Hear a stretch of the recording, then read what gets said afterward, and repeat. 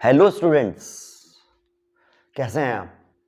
चलिए, आज हमारा जो टॉपिक होगा वो होगा हैज़ हैव।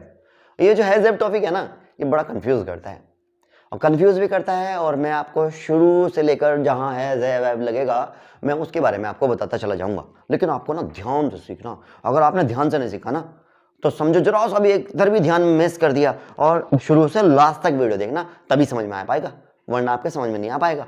तो समझने की कोशिश कीजिएगा कि मैं हैज़ हैव किस तरीके से बता रहा हूं। देखिए, हैज़ हैव का मतलब होता है, अगर खाली सिंगुलर हैज़ हैव है अगर, तो हम तो उसका यूज करते हैं कि पास है या रखता है, रखती हैं, रखते हैं, ओके, या कोई चीज अधिकार है। जैसे मेरे पास 10 रुपए हैं तो आई हैव 10 रुपीज। अगर मैंने कहा कि मेरे एक भाई है तो आई हैव 1 ब्रदर, ओके।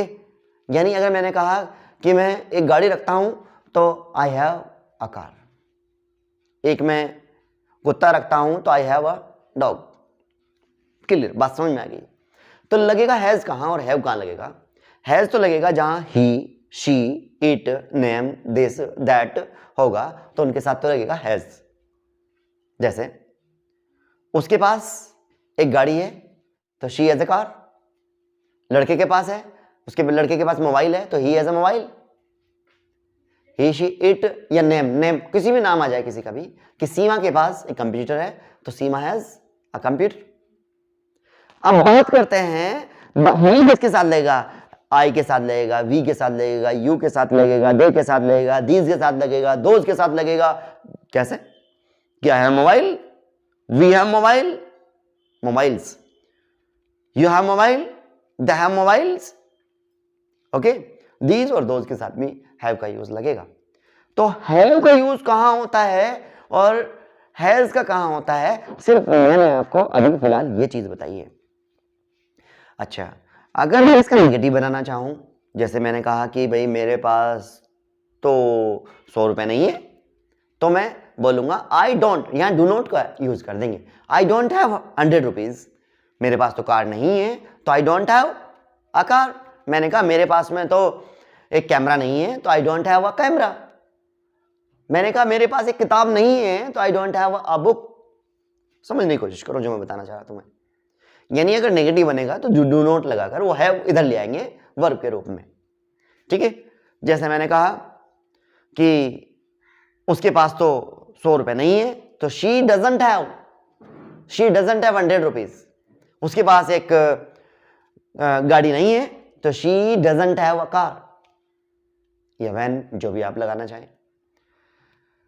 तो समझने की कोशिश कीजिएगा कि एफर्मेटिव और नेगेटिव, यानी पॉजिटिव और नेगेटिव का तो समझ में आ गया। इंट्रोगेटिव कैसे बनेगा? इंट्रोगेटिव का मतलब होता है जो सामने वाले से क्वेश्चन पुट अप किया जाता है। जैसे मैंने कहा डू यू हैव पेंसिल, तो आंसर क्या आएगा? आई हैव पेंसिल या आई डोंट हैव पेंसिल।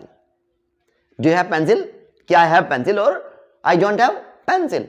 यानी कि सपोज सर किसी को बुखार हो रहा है तो आप उससे ये भी पूछ सकते हैं डू यू हैव फीवर, तो कहेगा आई हैव फीवर या आई डोंट हैव फीवर।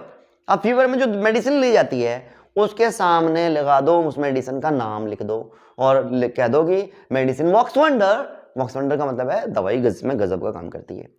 जैसे हमने आपसे पूछा do you have cold, do you have cold, जुकाम हो रहा क्या, कोल्ड है क्या, तो क्या बोलेगा? I have cold. अरे अब कोल्ड है तो विक्स वॉक्स वंडर किसी को काम करेगी। और जब कोल्ड हो जाता है उसके बाद में जो है जब हमारा नाक पूंछ पूंछ कर लाल हो जाता है तो उसे बोलते हैं ब्लस्टर नोज। तो हम ये भी बोल सकते हैं do you have blister nose, कि आई हैव ब्लस्टर नोज, तो उसमें मेडिसिन बताकर वॉक्स वंडर बता सकते हैं आप। फिर उसके बाद में क्या होता है कि आप जैसे नाक बहती हुई हो किसी की तो उससे ऐसा क्वेश्चन पुट अप कर सकते हैं do you have running nose, कि आई हैव रनिंग नोज या डोंट हैव रनिंग नोज।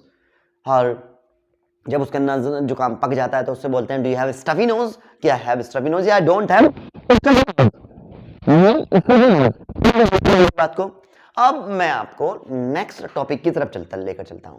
ये अगर हैज हैव के बाद अगर टू लगा दे, आपने देखा होगा सामान्यतः टीचर्स मोस्टली लोग बोलते हैं कि हैज टू और हैव टू का यूज में ना है का यूज करते हैं। जैसे कि मैंने कहा मुझे स्कूल जाना है तो I have to go to school, मुझे लिखना है तो आई हैव टू राइट।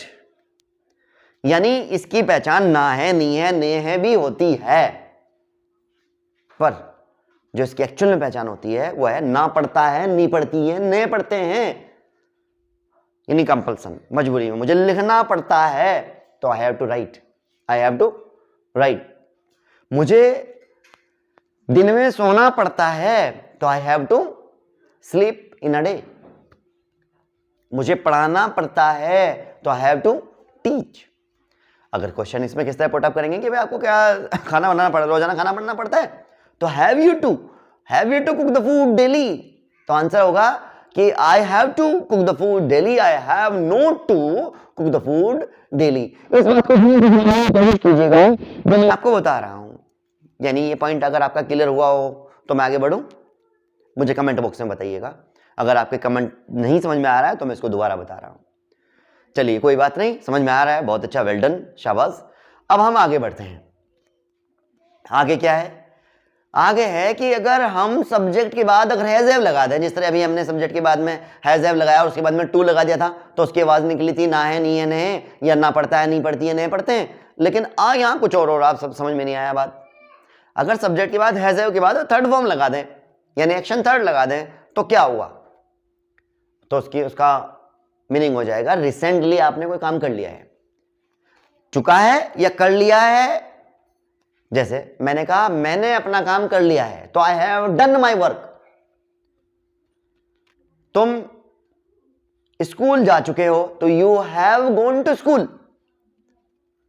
मैंने लिख लिया है, आई हैव रिटन। अगर मैंने नहीं लिखा है तो आई हैव नॉट रिटन, यहां पर नॉट रिटन आएगा, I have not written, I have not written.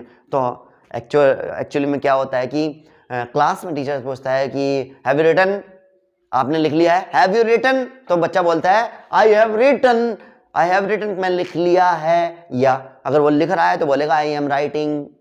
Clear? Have you written, तो आंसर क्या होगा? I have written sir. Okay, एक और यूज बताऊं मैं आपको, बड़ा काम का यूज है, अगर आपके समझ में आ जाए तो। हैव यू एवर और उसके बाद में लगा दो वर्ब की थर्ड फॉर्म, और फिर बाकी जो अदर वर्ड्स हैं वो लिख दो। हैव यू एवर, याद कर लो, हैव यू एवर। जैसे कभी आईने में शक्ल देखी, तो have you ever seen your face into the mirror, कभी स्कूल भी जाके देखा। Have you gone to school, have you ever gone to school, कभी स्कूल भी गए हो तुम, कभी लिखा भी है तुमने, have you ever written here. बात समझ में आ गई? हैव के यूज में हम किस तरीके से इस्तेमाल कर सकते हैं हैव यू का, और हैव यू कहां इस्तेमाल हो सकता है? अच्छा है कि हैव यू बीन के साथ भी होता है। जैसे मैंने कहा मैं 10 मिनट से बढ़ा रहा हूं, या मैं 1 घंटे से बढ़ा रहा हूं, मैं 2 दिन से बढ़ा रहा हूं, मैं 20 साल से बढ़ा रहा हूं, मैं 10 साल से बढ़ा रहा हूं, मैं 1 घंटे से बढ़ा से, मतलब टाइम के साथ में की बना हूं, वहां पर हैव के साथ में बीन आएगा। जैसे बढ़ा रहा हूं तो आई एम टीचिंग, और मैं 2 घंटे से बढ़ा रहा हूं तो I have been teaching, I have been teaching for 2 days, 2 दिन से बढ़ा रहा हूं, मैं 2 दिन से नहीं बढ़ा रहा हूं। I have not been teaching for 2 days. अब क्वेश्चन अगर हम दूसरे सामने वाले से करेंगे तो कैसे करेंगे? क्या तुम 2 दिन से पढ़ा रहे हो? हैव यू बीन टीचिंग, क्या बोलेंगे? Have you been teaching for 2 days. क्या तुम 2 दिन से पढ़ा रहे हो? यानी तुम्हें बुखार आ रहा है, तो तुम्हें 2 दिन से बुखार आ रहा है, तो you have been suffering from fever for 2 days.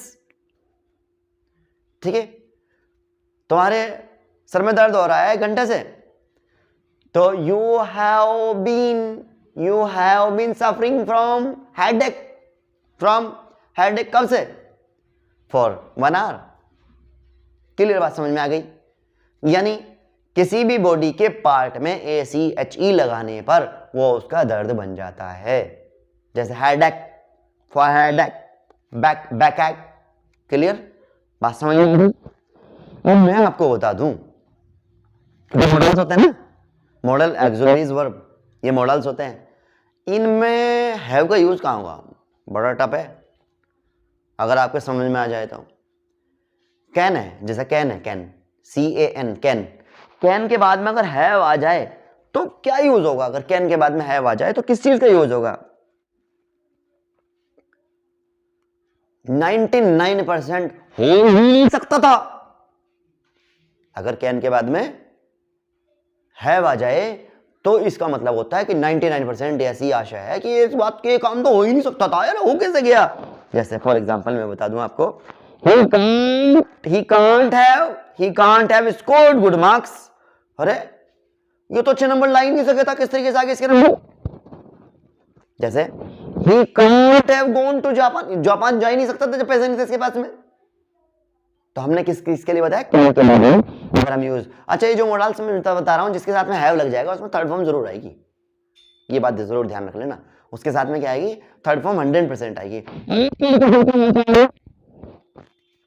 Could के साथ जब हैव आएगा उसमें काम तो हो सकता था लेकिन हुआ नहीं, काम हो सकता था लेकिन हुआ नहीं। जैसे दैट गन, इस बंदूक से तुम क्यों खेले, You could have killed yourself, तुम खुद को मार सकते थे। यानी जो तुम मुझसे खेल रहे थे बंदूक से, ऐसा भी हो सकता था तो वो तुम्हारे गोली लग जाती, हुआ नहीं, वो हो तो सकता था। तो वहां पर क्या आएगा, could have का यूज होगा। और may have का यूज कैसे होगा, may have का मतलब पॉसिबिलिटी है, इसमें ऐसा हो सकता था लेकिन कुछ अड़चन अड़ गई। जैसे we may have passed the exam, we may have passed the exam but it was in French, French में था, फ्रेंच का मेरे साथ थी। It was in अरबी, अरबी में था, मेरे पे क्या आती थी वो। तो किस तरीके से याद कर पढ़ लेता उसको, यानी हो सकता था, वो हुआ किस लिए नहीं है। और ये might have का यूज और ध्यान से समझ लो, इनमें भी थर्ड फॉर्म ही आएगी।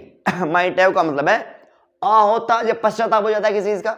जैसे काश, काश के लिए ओह या ओह दैट भी लगा सकते हैं। काश मैंने तुम्हें पढ़ाया होता, तो I might have taught you, I might have taught you, काश मैंने तुम्हें पढ़ाया होता। काश मैंने यहां लिखा होता, तो I might have written here, काश मैंने तुम्हें कुछ कहा होता। I might have said to you something. ये शुड हैव और मस्ट हैव का यूज किस तरीके से आएगा, जैसे तुम्हें स्कूल जाना चाहिए, नहीं यहां पर चाहिए था। कैसे, मैंने कहा अरे आज तो तुम्हें स्कूल जाना चाहिए था, तो you should have gone to school, तुम्हें आज स्कूल जरूर जाना चाहिए था। और जरूर के लिए हम लगाएंगे मस्ट हैव। जैसे अपने कर्तव्य को, तुम्हें अपनी ड्यूटी को परफॉर्म करनी चाहिए थी, तो you must have performed your duty. तो मैंने आपको हैज हैव का आज रूल बताया कि हैज हैव कहां कहां पर रूल हो सकता है, और कॉन्फिडेंटली आप इसको जब करने की कोशिश करेंगे तो मैं कह रहा हूं कि आप लोग टिप्स पे ले लेंगे, टंग पर आ जाएगी। अगर थोड़ी सी प्रैक्टिस कर लें, प्रैक्टिस जरूरी है, बिना प्रैक्टिस के कुछ नहीं हो सकता। प्रैक्टिस कीजिएगा, इसकी प्रैक्टिस कीजिएगा। जो आपको कोई प्रॉब्लम हो मुझे कमेंट बॉक्स में लिख कर जरूर भेज दें, और मेरे इस चैनल को सफायर एकेडमी को आप ज़रूर सब्सक्राइब करें, अपने दोस्तों को भी शेयर करें, और साथ साथ कमेंट करना तो भूलें ही ना। अपनी प्रेजेंट जो लगाएं वो कमेंट के ज़रिए लगाएं। अगर आपकी कमेंट होगी तो मैं समझ जाऊंगा कि ये बच्चे प्रेजेंट थे। Thank you.